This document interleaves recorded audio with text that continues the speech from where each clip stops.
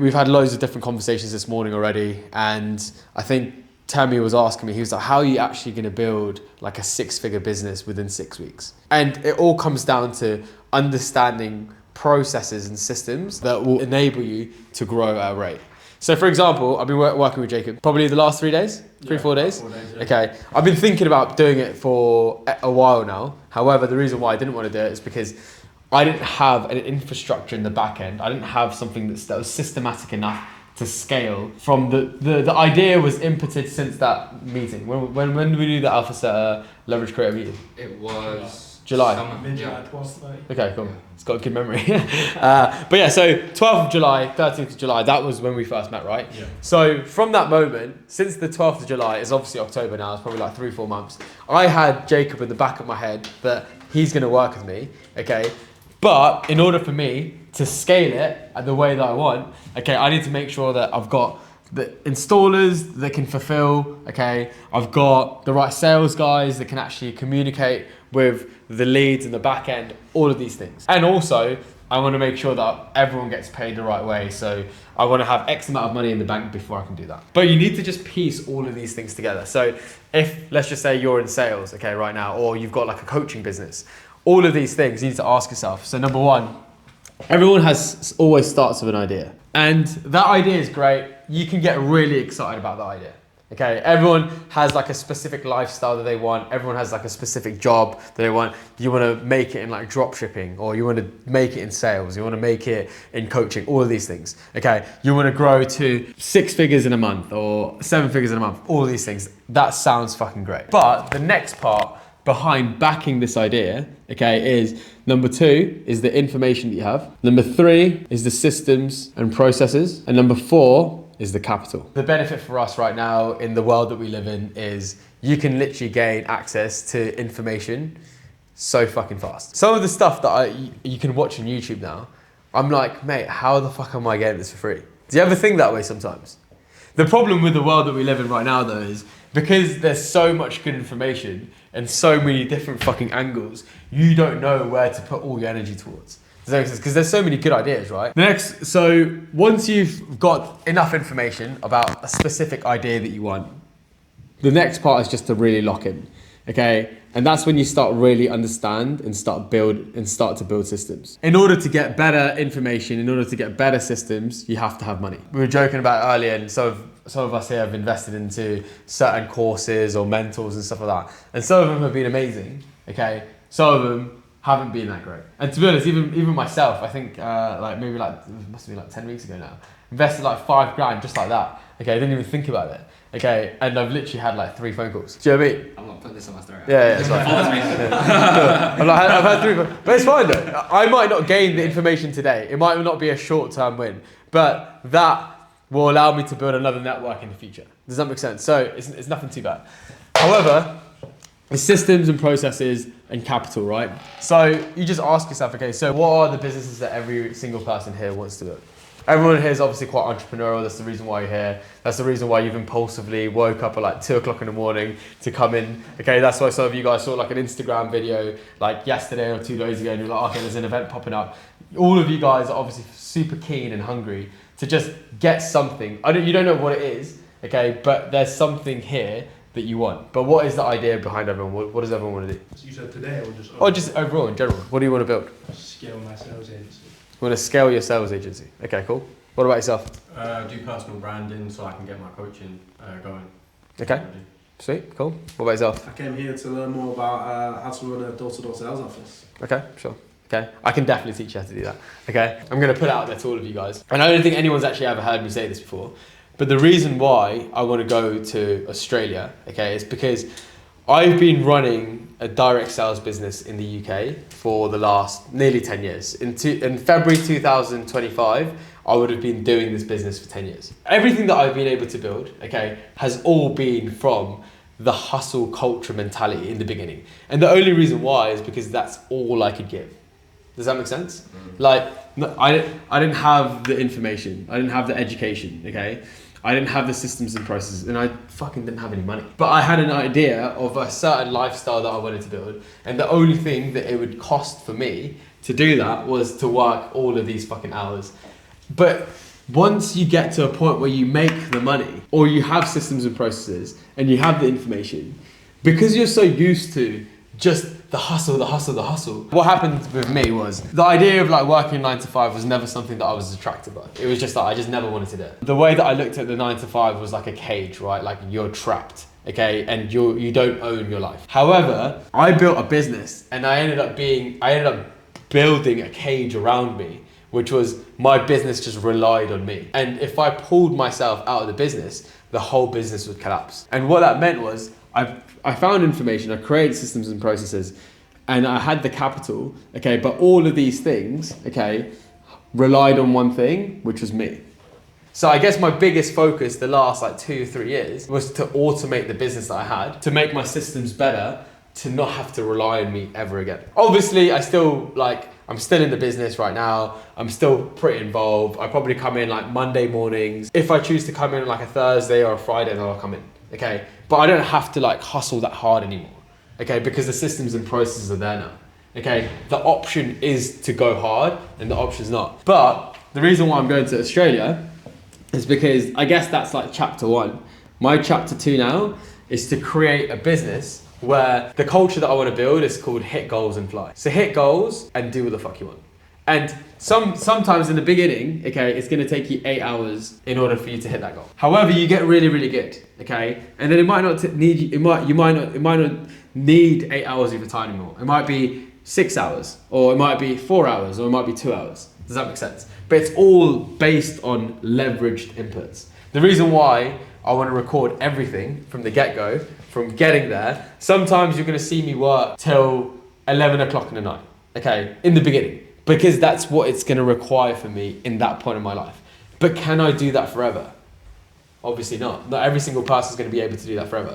So it's about asking yourself, are the inputs you're putting in today, is that generating, okay, like a wheel of momentum in order for you not to have to do that forever? I want to film everything now, and again, Tammy, you were talking to me earlier, you said, I can't wait to watch that on YouTube, because eventually when I run my own door-to-door sales business, that's the only thing that I need to do.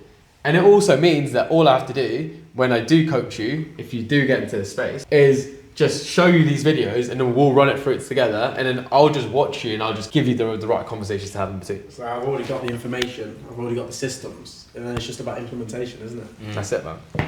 But yeah, I'm going to answer how to build a 6-figure business in 6 weeks, okay? Because that's the question that you asked me earlier. Direct sales business can only work from one thing. If this one thing isn't looked after, you don't have a business. So the most important thing about every single one of our businesses that's going to allow you to have long-term success in any business is if you focus on this one thing, and it's called the client. If you prioritize your clients more than yourself, you will always win. The people that prioritize their business more than the client will end up having no clients. Does that make sense?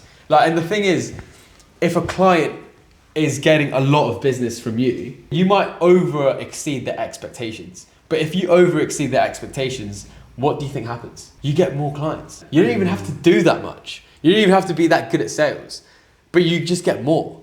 Obviously, in a sales business, you have to be good at sales in order to deliver clients, okay? But it's just a mix of both. But so the main thing that I think about in order to generate my potential 6-figure business over the course of the next 6 weeks is the only thing that I'm prioritizing, okay, is how can I deliver the right results for my client? That's the only thing I care about. What are the right results that my clients are going to want? So they're going to want, obviously, customers. I only made a decision to move to Australia a month ago, literally a month ago. So it was on a Monday. I literally just came back from Italy. Okay, it was my mate's wedding. I came back on the Monday. I found out that my top sales guy in London, his visa was running out, and he was like, "Oh, I'm going back to Australia." And I didn't want to lose that guy because you know when you have like a sick stud in your team and you're like, I don't want to lose that guy. Okay. In my head, I asked myself like risk versus reward. Okay, the risk is me going out there, spending some money. Okay, but the reward is we might have a fucking 6-7 figure business after 6 weeks of inputs. If it doesn't go well, then I would have done 6 weeks in Australia in the summer and it would have been a good fun anyway. Just chilling on the beach, just fucking having fun, learning from a completely new market. And if I ever want to do it again, then I would have learned the mistakes that I would have made from this time. That's the way that I look at it. is your plan to remove yourself from that business as well? Because you said you trapped yourself in the business before, but Yeah. that one you want to kind of... I've got myself to a point now where I can plug into a business. The last maybe 24 months, I've built like 3 different businesses, okay? And I've exited 2 of them, and one of the other ones, I'm still really in like the home improvement one that you've just joined out. Yeah. So I'm still involved in that, but I probably invest about 6 hours a week in the home improvements company. Okay. Just from conversations, one-to-one. I'm actually more of like a consultant or a shadow investor in that, but I just piece everything together. The people that are actually running the everyday operations of that business is Alan. Okay. But the reason why I was motivated, so he actually pitched me in this idea, and his pitch was sick. So he was like, he did like have you ever heard of ayahuasca? Yeah. Have you heard of it? So he did like ayahuasca is like a drug that you take, and it makes you just, I don't know, how can you explain it? It's like a psychedelic, it's like psilocybin. Like Yeah. It's like a 3-day event, and the first day it like breaks you down into tiny pieces. Second day you realise where all of your all your traumas are from. And the third day, it allows you to think of where your next step is. Okay, but in his first day, he said that he died 1,000 times. So his trip was, he got stabbed in the chest 1,000 times. That's horrible, isn't it? Okay, and then the second day, he realised all his traumas, like past life, his dad passing away, all this, and what that affected him. And this third day, okay, he tripped out that him and I opened up a business together. Well, that's what he tells me anyway. Okay, that's what he tells me. Okay, and he said to me, he was like, hey, look, I actually did this ayahuasca trip 6 months ago, but I didn't want to come to you until I had a solid business that I knew would actually get us somewhere. And then he pitched me the home improvements company, and I was like, mate, that makes so much sense to me. And I was just motivated to work with him anyway because I'd known him and I knew how hard he worked, and I knew the type of potential he had. That was one of them. And then, so let me go back into this anyway. So clients, customers, right? So in order for me to deliver the right type of customers for this specific client, the last month I've had meetings with like 7 different types of clients. Okay, some in the energy space. Some of them were like Tesla batteries that you fit into houses to save people money on their gas and electricity. Another one was like non-profit organizations like charities, like charity subscriptions. Okay, and I've just asked myself, number one, what do I have right now, which is a simple plug and play system that I've built the last 10 years. Okay, I asked myself, capital wise, I don't want to go to Australia and just bankroll everything and lose money. I want to go to Australia and just make money straight away. Okay, and number 3, I asked myself, like, what information do I have about this? So in the last month, I've just been having meetings with people, and the only thing that I've been asking all of these clients is, based on your data, what is the best type of customer that I can bring you? If it's like a non-profit organization, they always say, they have to be over the age of 45. If people are over the age of 45, historically, people that are over the age of 45, they have more disposable income. They don't make rational, impulsive decisions. If they're going to decide to do it on the spot, it means they're going to do it for a longer period of time.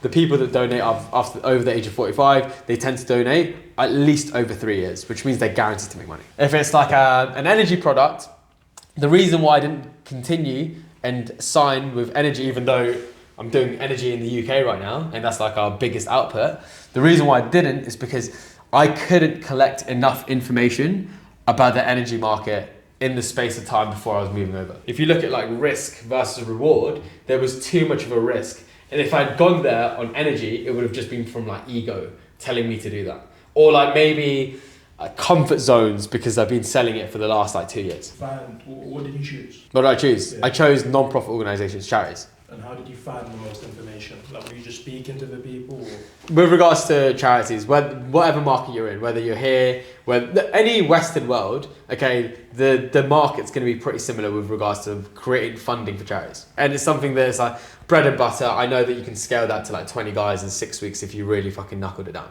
Okay, so all of these things made sense. I was like, client, okay, customers, I know the type of data that I can deliver to these guys. I know that I can manage a team to do that, X, Y, and Z. And then the next thing that I needed, okay, was have I got the right systems in place? We recruited 3 guys. Gianluca was one of the guys that actually was in the interview process as well. Okay, but we had this guy called Paddy, so we had this guy called G, and then we got this guy called Marcus.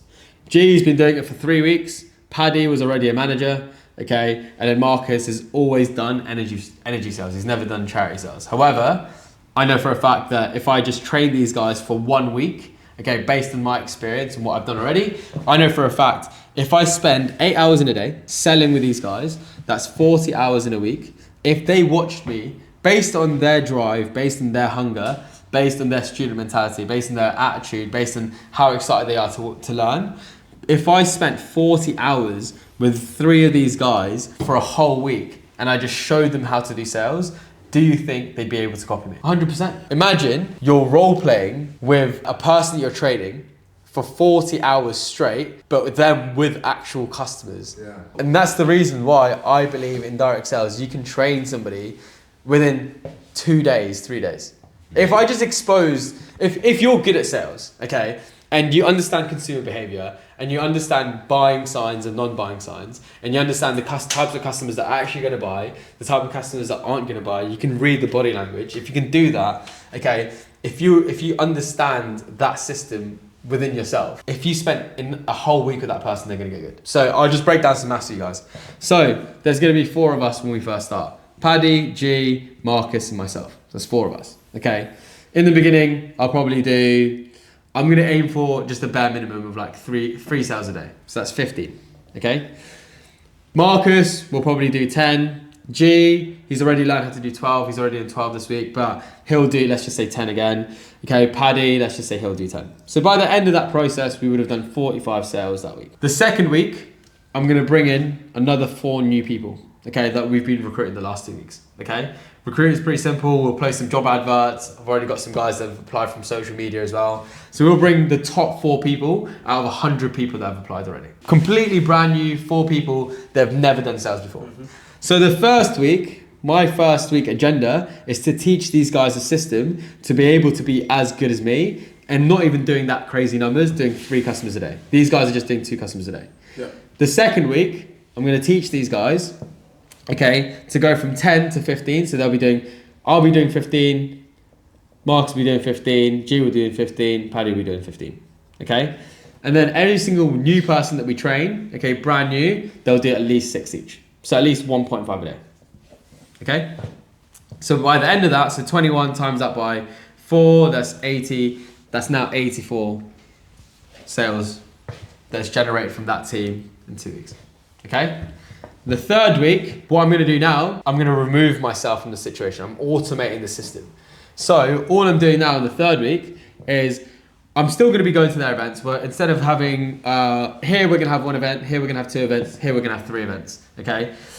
But what I'm going to do is I'm going to give Paddy an event, so his own venue to look after. I'm going to have G his own venue to look after, and Marcus his own venue to look after. I'm just going to be observing and watching his conversations. I'm going to be observing how he mentors and coaches these types of people, okay? Marcus, okay, I'm just going to see what his conversations are like and how he drives a team, okay, from like Wednesday to Thursday, and then Friday, Saturday, I'll probably do 6 days this week, okay? Friday and Saturday, I'll go with Paddy and I'll watch him and his conversations, so on and so forth. And all I'm doing in the third week is, first week, I'm showing these guys how to do sales. Second week, I'm showing these guys how to train. Third week, I'm watching them do the sales and the training. So what happens in the fourth week, okay, I can completely plug myself out. If they're not ready, okay, to train and run out and manage the teams themselves, then I'll continue to do the same thing until I've polished it off, until I've got it right. But the moment that I have seen that these guys can train as well as me, can set the pace in the sales as well as me, can manage a small team as well as me, then that is now my like checkpoint to floodgate the recruitment. That's when it's going to go from Paddy, okay, so from 8 people, okay, here we're going to have 10 people on the third week. On the fourth week, okay, if they've proven to me that they can train people, run events properly, X, Y, and Z, if they can do that, here we're going to go from 10 to 20 people. But then if you work it out, right, so the third week, let's just say Paddy does 15 again, G does 15 again, Marcus does 15 again, the people they're training do 10, 10, 10, and then 6, 6, 6. Okay, so 41, 51 times that, so that's 153 customers in a week. We'll double the headcount again, so 20 guys. Let's just say the average person does 10 sales. Okay, 10 times it's that's 200 sales after 4 weeks of training people. Okay, 200 sales. But what I want to break down to you guys really is the maths and how much money you can actually make from it. Each customer, okay, is worth £40 to my business. So in the first week, okay, if you work that out, so that's we generated 45 customers, times that by 40. What's that? £1,800.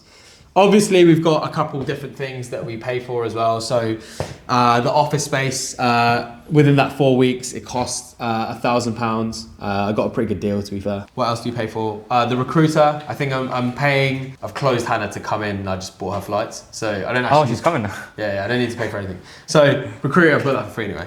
Okay, she just got a free flight ticket to Australia. So, and she's got free accommodation for a whole month. But, so I've saved money on that anyway. So overall, my business after expenses will be £1,500. 75 grand a year. That's a 75 grand a year business with 4 guys after 1 fucking week. So if you work it out, in the second week, if I do 84 sales, okay, once I do 84 sales, 84 times that by 40, 3,360. 3,360, 153 times that by 40, 6,120 times that by 2, so that's 8 grand. No, yeah, it's 8 grand. So that's literally how it works, okay? And then let's just say that a load of our new leaders are still learning. We'll probably do like a consistent, maybe like 20, maybe we'll have like 20 to 25 guys at this point. But by the end of the 6 weeks, we'll have minimum 20 guys. And even if I fuck it up 2 of those weeks and we haven't picked up as fast, after 6 weeks, we'll get to that point where it's 8 grand a week. 8 grand a week times that by 52 weeks, that's 420 grand a year. That's literally how it's built in 6 weeks. The hardest part about it though, is developing the skill to do the sales first initially. It takes about 2 to 3 months if you've never done sales before to learn that skill. And you might not even still be consistent until maybe 6 months, okay? But it's all mentality though, do you know what I mean?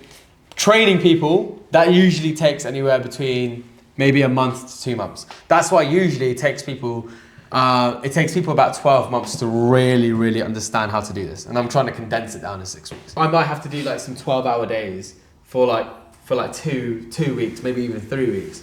But who the fuck cares? Okay, because at that point, I would have created enough leverage, enough systems, okay, and I would have created enough players around me that would be able to operate at the same level as I do. If you're running a coaching offer right now, okay, and eventually you're not going to be able to fulfill, because the more people you're coaching, the more people you're mentoring, okay, at one point, if you add on another person, that's like, if you have 2 clients, you could give 100% to those 2 clients, okay? But if you get 20 clients, that 100% now gets scattered into fucking 20%. Does that make sense? So at one point, you're gonna have to get another person to help you out with the mentorship and the training in order to scale your business, right? But the easiest thing you can do is just find someone who you've already mentored and coached. The easiest way to scale is just by showing people the example. You've been so confident as to the numbers, and obviously that's something that you've done over the years because you've been in the space for 10 years. Yeah. How have you been able to get to the point where like you just have that, it seems like you have a sixth sense as to, these are the guys, these are the characteristics, and I know that I'm able to attract these people anyway. Obviously, since we're doing the recruitment funnel, like we're going to bring in even better talent. Yeah. I believe that if you've done something for at least 5 years, you develop some sort of IQ where you can start predicting patterns. So if somebody does something, or somebody acts a certain way, or somebody responds to a certain situation in a sort of way, it's all, I know for a fact if they carry on doing what they're doing, that will lead them to a certain result. My job as a mentor, as a coach in sales, is to make sure that this is the path. Okay, no. So this is where you are. Whoever I'm training or mentoring, this is where they are. This is where they could be. This is where they could be, and this is where they could be. Okay? I don't dictate where they go. All I do is I ask, do you want to be, would you rather be in this situation? Would you rather be in this situation? Would you rather be in this situation? Okay? Or they might tell me what situation they want to be in. And then I would lay down the path of what I believe it will take to get to that point. Or if I don't believe that I know what it takes to get to that point, I'll do whatever it takes in my power to find out what we need to do to get to that point. But once we understand where the path is to get to here or to here or to here, whatever it is, my job, okay, is to have conversations to keep them within this path, okay? And at one point, they're going to sway away. But my goal is just to have the conversation to bring them back, to bring them back, to bring them back. As long as it gets to the goal, that's the only thing that matters. I don't care how it gets there. I don't even have to be the person that they look at as the person that got them there. That's not my goal. The only thing that matters is the goal is achieved at the end of it. Does that make sense? So is this how you motivate your team? You're figuring out where they want to get to, Yeah. and then you're just like paving your own Just giving them some sort of direction, okay, on where they need to go, and there's at one point throughout that path to get to where they want to go, they are going to go through some shit. Does that make sense? It's just how it is. If you want more in life, you have to put yourself in some situations that you don't want to be in. Okay, it's just facts. Do you know what I mean? It's just like it's not always smooth sailing, unfortunately. But in that time where they are going through that shit, I want them to know that there's someone that can back them and give them the right direction. You know, and that's the only thing that really matters. And if your guys always feel that, then you'll always be influential. To make it generic for everyone that isn't here today, how has direct sales been kind of that thing that you didn't realize you needed, but it changed your life? I mean, to be honest, I didn't even know what direct sales was until I started in direct sales. The way that it's changed my life is it's made me realize a very short amount of time, okay, I think it was after 2 months, okay, you have control of literally everything. Whatever you want to learn, whatever you want to get better at, whatever skill set, whatever insecurity you have, whatever doubts or fears that you have about yourself, you can literally fix it just by learning or spending time with someone that's further ahead than you in the specific thing that you want to get better at. That's the biggest realization that I had. I don't know whether it's just direct sales that does that, okay? I wouldn't know because I've only ever done direct sales ever. Does that make sense? Like, I started in this field. Obviously, I've got other businesses now, but everything that has allowed me to perform at a high level in direct sales is the exact same thing that allows me to perform in all those businesses. Does that make sense? They all complement each other. Whatever you believe can go wrong, there's always a solution for it all the time. I never get too have you ever seen me stressed or anything? No. Do you know what I mean? I'm never really, we were talking about it earlier, and you mentor a couple of people that they get to a certain point in their career and they're always really stressed, or they're burning out and stuff. I'm gonna be honest, the only times that I ever feel like I've burnt out is when I want something so bad and I haven't felt the momentum to get there. You know, I felt like I'm putting in all of this input, but I'm not getting there. The only reason why that's the case though is because the inputs that I'm putting in, it's just obviously not the right information. The only reason I'm burning out is because I'm not a good enough student to ask people to. I just need to remove the ego and find who's actually better in whatever part it is. Alright, I actually need to bounce. That's it. Cheers, bud.